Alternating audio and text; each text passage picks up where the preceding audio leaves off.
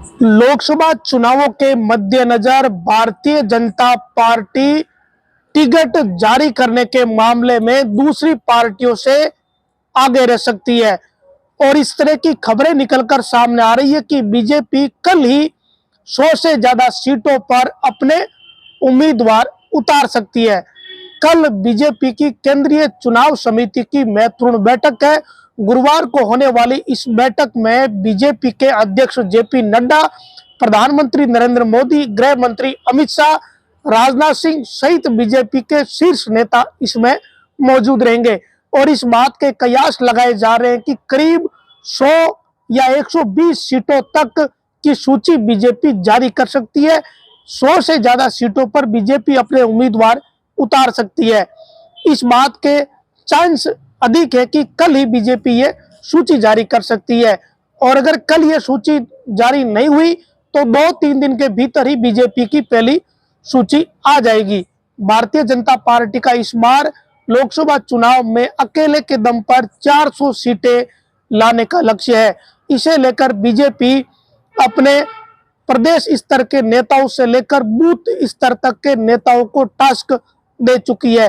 देश में 543 सीटों पर जो चुनाव है उसे लेकर बीजेपी पहली सूची जो जारी करेगी वो अगर 100 से ज्यादा सीटों पर अपने उम्मीदवार उतारेगी तो इससे बीजेपी इस मामले में दूसरी पार्टियों से कई कदम आगे निकल जाएगी।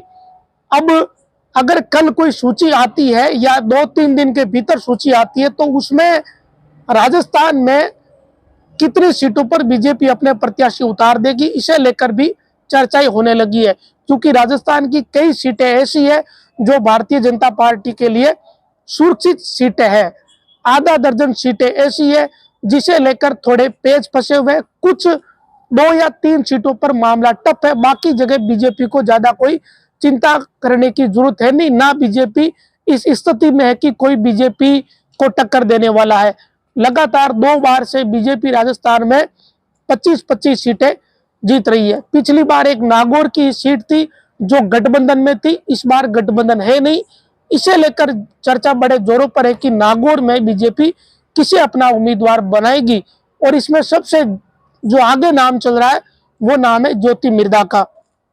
और अगर भारतीय जनता पार्टी अपना उम्मीदवार पहली सूची में राजस्थान की 25 सीटों में जिन सीटों में उम्मीदवार घोषित करेगी तो उसके बाद कांग्रेस पर दबाव बढ़ जाएगा, उन्हें भी अपने उम्मीदवार जल्दी घोषित करने पड़ेंगे। तो फिलहाल कल बीजेपी की चुनाव को लेकर बड़ी ही महत्वपूर्ण बैठक है केंद्रीय चुनाव समिति की और इस बैठक में तय हो जाएगा कि आगे बीजेपी लोकसभा चुनाव को लेकर क्या करने वाली है। करीब 100 से 120 सीटों तक की सूची आने की चर्चाएं जोर पकड़ रही है और इसमें राजस्थान की 25 जो सीटें हैं उनमें कितने प्रत्याशी पहली सूची में आ जाएंगे इस बात की चर्चा राजस्थान में चल रही है। विशेषकर अगर मारवाड़ के लिहाज से बात करें तो बाड़मेर से लेकर जोधपुर, नागौर इन सीटों पर कौन बीजेपी का प्रत्याशी होगा, क्या कोई नए चेहरे आएंगे या पुराने चेहरों पर दांव खेलेगी भारतीय जनता पार्टी, इसे लेकर भी चर्चा है। जो राजसमंद की सीट है वहां कौन प्रत्याशी होगा, जैसे दिया कुमारी डिप्टी सीएम बन गई और कुछ और सीटें जयपुर ग्रामीण की, तो इन सीटों पर क्या होगा।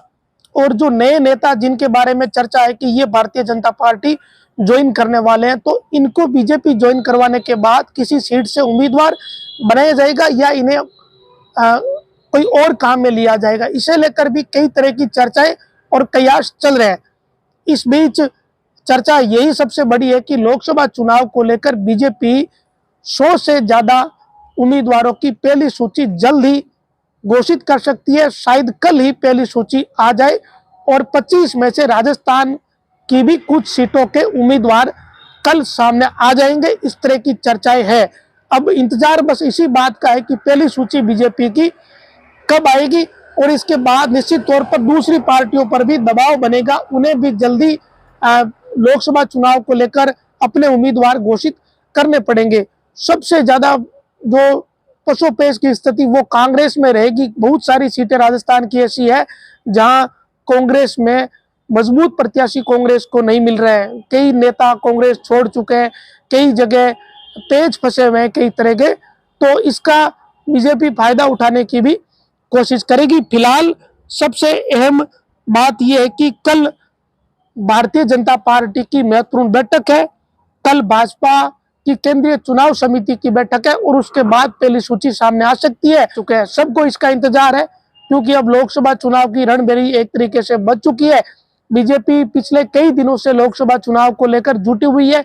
अपने पार्टी कार्यालय में बूथ स्तर से लेकर पन्ना प्रमुख और प्रदेश स्तर के पदाधिकारियों के साथ लगातार मीटिंगों का दौर बीजेपी में चल रहा है और एक तरीके से कह सकते हैं कि भारतीय जनता पार्टी अपनी तैयारियां ही पूरी कर चुकी है। पिछले दिनों राजस्थान में अमित शाह दौरे पर आए थे और उन्होंने नेताओं को, संगठन से जुड़े लोगों को अलग अलग जिम्मेदारियां दी थी। अब बस इंतजार इस बात का है कि बीजेपी की पहली सूची में राजस्थान की कितनी सीटों के उम्मीदवार घोषित होते हैं।